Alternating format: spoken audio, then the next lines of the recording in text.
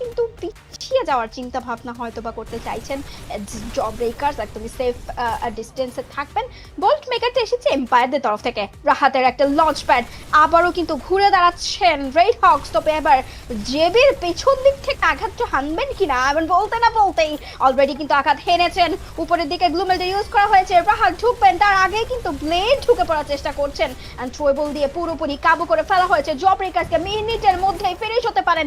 Empire উপর থেকে কিন্তু থার্ড পার্টি করছেন, কিলগুলো চুরি হয়ে যাবে, এন্ড বেশ কিছু এলিমিনেশন পয়েন্ট কিন্তু ভাগাভাগি হয়েছে।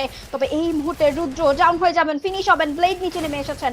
এম্পায়ারদের কাছে কিন্তু জোনের ফেভার যাচ্ছে কিনা সেটাই দেখা। শর্ট রেঞ্জে আঘাত হেরেছেন রাহাত, ডাউন, ব্লেড একা হাতে সামলে যাচ্ছেন আর ডাউন প্লেডের কাছ থেকে। এবার দ্রুত রিভাইভ কমপ্লিট করবেন, এখনো সুযোগ রয়েছে। এই জায়গাটি থেকে হার মেনে গেলে চলবে না। Now it's 1v2 scenario.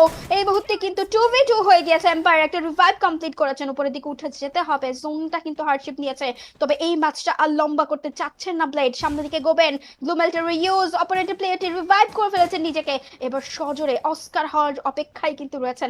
একটা অস্কার মানে কুল ডাউন থেকে ফিরে আসলেই কিন্তু ধামাকাটা হবে। আবারও স্লাইডার চেপেছেন, সবচেয়ে interesting part of this match. Solara and Blade finishes Wow. in his style, and it's another booyah for Red Hawk.